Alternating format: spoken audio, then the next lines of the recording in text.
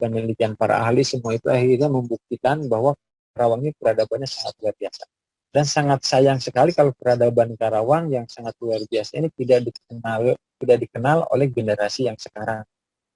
Nah, itu akhirnya yang membuat saya, walaupun tidak punya latar belakang sebagai sarjana sejarah, akhirnya kita putuskan untuk menuliskan buku membongkar sejarah Karawang.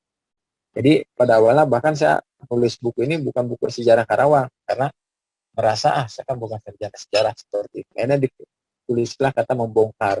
Jadi bukan buku tentang sejarah Karawang, tapi buku tentang membongkar sejarah Karawang. Sejarahnya yang kita buka. Dan alhamdulillah penerimaan dari masyarakat Karawang juga sangat menarik. Tapi ketika sudah berhasil menulis satu buku, saya pikir Astana Karawang itu sudah selesai, tidak perlu saya menulis lagi. Tapi ternyata masih banyak teman-teman Karawang yang masih penasaran, Kang, itu kan buku tentang sejarah Karawang zaman kuno, zaman kerajaan. Bagaimana dengan sejarah Karawang zaman Bupati atau zaman Belanda? Nah, dari situ kemudian kita memulai lagi, turun lagi ke lapangan, memulai pencarian tentang sejarah Karawang jilid 2. Setelah sekitar 2 tahun mencari data, kemudian mengumpulkan berbagai sumber dan literasi, lahirnya buku yang kedua, yang berjudul Kriti Karawang. Ini menjelaskan tentang berdirinya Kabupaten Karawang. Jadi kalau yang tadi itu tentang sejarah Karawang dari awal, ini Kabupaten Karawang zaman Sultan Agung sekitar abad 16-an. Karena ternyata ini menimbul Karawang itu belum punya banyak literasi sejarah, termasuk berdirinya Kabupaten Karawang.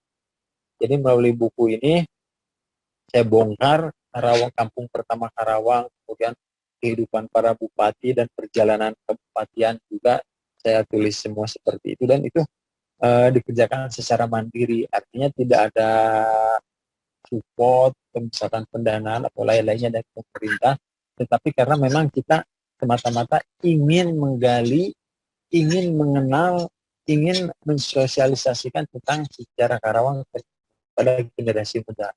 Karena ketika era saya tahun 2010 ingin tahu seperti ini susah sekali, sehingga saya pikir generasi selanjutnya tidak boleh merasakan seperti yang saya rasakan. Minimal ketika mereka ingin mengenal lebih dalam tentang sejarah Karawang, sudah ada dasar, sudah ada titik awal, kita harus memulai dari seperti itu. Jadi alhamdulillah setelah beberapa bulan kita proses, selesai. Nah, dari buku yang kedua ini kemudian banyak mulai tuh teman-teman muda Karawang yang mulai tertarik dengan sejarah, dengan seni budaya Karawang. Jadi ketika dalam proses buku ini belum banyak yang tertarik, masih hanya kelompok-kelompok komunitas budaya. Ketika di buku ini teman-teman mahasiswa yang tertarik terhadap sejarah lokal tentang budaya, mereka mulai banyak komunikasi dengan saya, mulai timbul ketertarikan yang sangat luar biasa, sehingga akhirnya saya muncul ide untuk menampung teman-teman mahasiswa Karawang, baik yang di Karawang maupun yang di luar, supaya mereka lebih mengenal Karawang. Saya himpun dalam sebuah wadah namanya Karawang Heritage. Di situ mulai berdiri sebuah komunitas pertama di Karawang yang konferen yang berfokus pada kesejarahan dan soal-soal kebudayaan, heritage.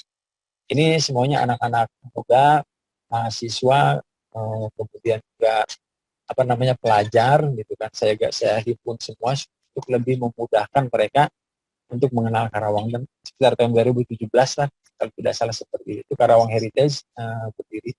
Dan melalui Karawang Heritage ini kita mulai mengenalkan lebih masif tentang Karawang kepada generasi milenial. Jika pada awalnya saya hanya bergerak sendiri dalam menggali dan mengenalkan Astana Karawang, maka melalui Karawang Heritage kita mulai membentuk kekuatan kolektif tim. Dan alhamdulillah ide-ide tentang kesejarahan Karawang mulai tersosialisasikan. Cuma itu tadi, ketika kita merasa sudah selesai dalam berkarya, merasa sudah selesai mencapai sebuah titik pengetahuan, ternyata kita baru sadar kita belum tahu apa-apa, kita belum kemana-mana. Akhirnya kemudian buku yang ketiga, buku 54 cerita babat legenda rakyat Karawang. Jadi ceritanya Jadi pada waktu itu banyak orang tua Karawang, terutama seniman budayawan yang meninggal dalam waktu bersamaan. Ada almarhum dalam Wanda, kemudian yang lainnya, sehingga ada salah seorang tokoh budaya Karawang yang minta saya coba kumpulkan cerita-cerita dari para orang tua Karawang, daripada seniman Karawang. Karena kalau mereka sudah meninggal, cerita-ceritanya pasti akan hilang, terbawa mati. Sebelum mereka yang semuanya, tokoh-tokoh Karawang coba datangi, mereka tahu cerita tentang apa, datangi, kumpulkan, kemudian komparasikan dengan data yang lain, betul nggak ceritanya.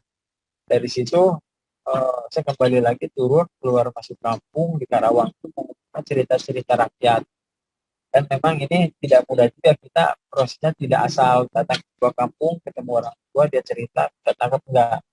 Jadi setiap cerita yang kita dapat itu kita komparasikan lagi, kita kritik sumber, betul enggak yang diceritakannya, ada sumber pendukung tidak dari yang lain, ada masyarakat pendukung tuh yang tahu tentang hal itu. Ketika pada awalnya saya pikir Karawang itu tidak punya cerita rakyat, paling punya itu 2 atau 3 cerita rakyat lah, misalkan tentang Sunda Berbangsa atau Tekuro. Ternyata kalau kampung-kampung kita mau gali lebih jauh, Karawang itu ternyata punya banyak cerita, dan ini sangat khas sekali tersebar di masyarakat Karawang di kampung-kampung. Cuma memang tidak tergali karena tadi tradisi masyarakat Karawang, tradisi literasinya itu bagus, sehingga sedikit sekali literasi yang menulis, yang mendokumentasikan hasanahnya, termasuk cerita-cerita rakyatnya. 99% dari narasumber buku ini sekarang udah wafat semua, udah meninggal semua, tapi alhamdulillah cerita-ceritanya sudah saya kompilasikan. Dan ini bukan karangan mereka, karena cerita yang dari mereka itu ketika kita bandingkan, ketika kita ujikan dengan masyarakat penduduknya, memang betul ada. Contohnya misalkan ada orang tua cerita tentang ayam Ciparage di Tempuran. Ternyata ketika kita ke Tempuran, ke Ciparage, itu memang betul-betul sebuah cerita yang berkembang luas di masyarakat sana, bahkan sudah terkenal kemana-mana. Jadi kalau teman-teman kebetulan ada yang ke Karawang, maka Karawang itu punya satwa endemik, satwa khas yang sangat populer, namanya hayam Ciparage. Tapi kan pada waktu itu masyarakat Karawang tidak tahu hayam Ciparage itu bagaimana sejarahnya, kenapa adanya hanya di Ciparage tapi tidak di daerah yang lain. Nah, cerita-cerita seperti itu yang kemudian kita kumpulkan, dan alhamdulillah sudah terkompilasikan. Ini semua tentang Karawang. Melalui Karawang Heritage kita tetap fokus dalam penggalian hasanah Karawang. Namun ternyata ini belum cukup. Nah, karena kan masyarakat kita masyarakat Sunda. Nah, bukan hanya masyarakat Karawang, masyarakat Sunda juga punya masalah, yaitu mereka itu generasi muda Sunda itu sekarang ini kan bisa dibilang sedang dalam krisis identitas diri. Kebudayaan mereka bisa dibilang terabut. Mereka sudah lupa lagi tentang kebudayaannya, sejarahnya, bahkan bahasanya. Jadi banyak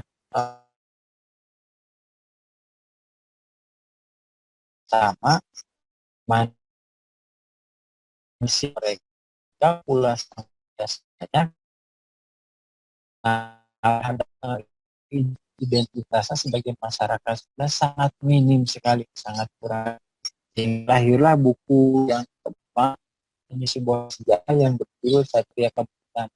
Buku ini saya tulis sebagai sebuah respon terhadap krisis identitas dari masyarakat Sunda.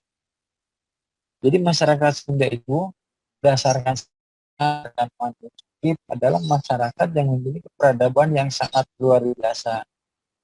Jadi dia kita itu tidak memiliki produk keahlian tadi, tidak memiliki keahlian tekstil, keahlian logam, kuliner, fashion, pakaian dalam berbagai aspek yang sangat luar biasa sejak zaman kerajaan Pajajaran. Tetapi semua hasanah kebesaran kebudayaan kita pada masa lalu itu ternyata tidak sampai kepada generasi milenial. Mereka masih belum bisa memahami, mereka belum tahu tentang hasanah sejarahnya, tentang hasanah kebudayaannya. Jadi walaupun kebudayaan kita sangat luar biasa besar, masyarakat Sunda, tetapi anak-anak muda itu belum begitu menyukai karena mungkin kebudayaan itu identik sebagai sesuatu yang bersifat tradisional kuno. Nah, dari situ yang menjadi salah satu ide bagaimana caranya saya mentransformasikan hasanah kebudayaan ini menjadi sesuatu yang disukai, menjadi sesuatu yang dekat dengan generasi kekinian, generasi milenial. Jadi kan kalau misalkan kita menyampaikan aspek kebudayaan kepada generasi kini, caranya tidak bisa dengan cara-cara yang tradisional, misalnya dengan cara mendongengkannya atau bagaimana, sehingga munculnya ide tentang kerja-kerja kreatif atau ekonomi kreatif. Pada tahun 2019 saya mendirikan namanya Forum Ekonomi Kreatif Karawang. Karena pada waktu itu Karawang walaupun kotanya pertumbuhannya pesat, punya kawasan industri, punya sejarah panjang, tetapi kebudayaannya, potensi kebudayaan, potensi wisatanya saya lihat belum kemana-mana.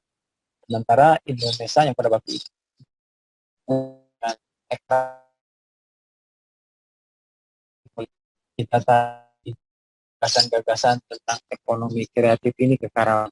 Untuk wadahnya kita kumpulkan para pelakunya, para penggiatnya, orang-orangnya dalam satu wadah. Karena di Indonesia itu kan potensi terbesar dari ekonomi kreatif itu adalah kebudayaan.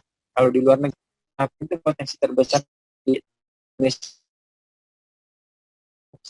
Makanya kalau generasi mudanya dari kebudayaannya, mereka sendiri mungkin akan kesulitan dalam mengekspor potensi ekonomi kreatifnya. Dari situ kemudian lahirlah gagasan untuk mengkristalisasikan kebudayaan atau mentransformasi nilai-nilai dan potensi kebudayaan menjadi sesuatu yang bukan hanya disukai oleh generasi muda, tetapi juga memiliki nilai ekonomi. Lahirlah Forum Ekonomi Kreatif. Kita sudah 2 tahun berjalan, kita mengemas potensi kebudayaan berdasarkan selera kekinian, kita mengemas atau memunculkan hal-hal yang bersifat tradisional menjadi sesuai dengan selera milenial, dan ini direspon juga oleh Karawang. Kita sekarang akan mempunyai perda ekonomi kreatif dan tetap kebudayaan adalah ruhnya. Oleh sebab itu kita sebagai generasi muda Indonesia gitu tidak bisa mengabaikan, tidak bisa menafikan tentang potensi kebudayaan, karena kebudayaan ini yang menjadi dasar, yang menjadi khasat kreatif. Jadi jika sekarang anak-anak Indonesia ingin bangsa-bangsa lain, mungkin dari aspek teknologi agak keteter. Tetapi kita punya potensi yang harus kita kembangkan, ini yang harus kita olah melalui wahana digital, melalui wahana teknologi dan segala macamnya, sehingga menjadi sebuah produk-produk kreatif. Masalahnya adalah kalau kita jauh dari kebudayaan, kalau kita tidak mengenal kebudayaan, lalu bagaimana bisa kita mengkreat produk-produk tadi menjadi sesuatu yang bernilai jual tinggi dan disukai generasi milenial. Oleh sebab itu, ketika kita ingin membangun bangsa kita, ingin mengembangkan potensi daerah kita, maka langkah pertama itu kita berangkat dari kebudayaan. Lalu kolaborasikan kebudayaan ini dengan teknologi, dengan ilmu pengetahuan, sehingga menjadi sebuah produk yang bukan hanya kebudayaan, tetapi juga memiliki nilai benefit secara ekonomi. Dan itulah yang saya lakukan di Karawang kurang lebih 12 tahun terakhir ini. Kita fokus awalnya di kebudayaan dan sekarang di ekonomi kreatif. Jadi ekonomi kreatif ini bukan berarti kita meninggalkan kebudayaan, tetapi ekonomi kreatif ini adalah sebuah ikhtiar kita untuk mengubah hasanah kebudayaan menjadi produk-produk kreatif kekinian.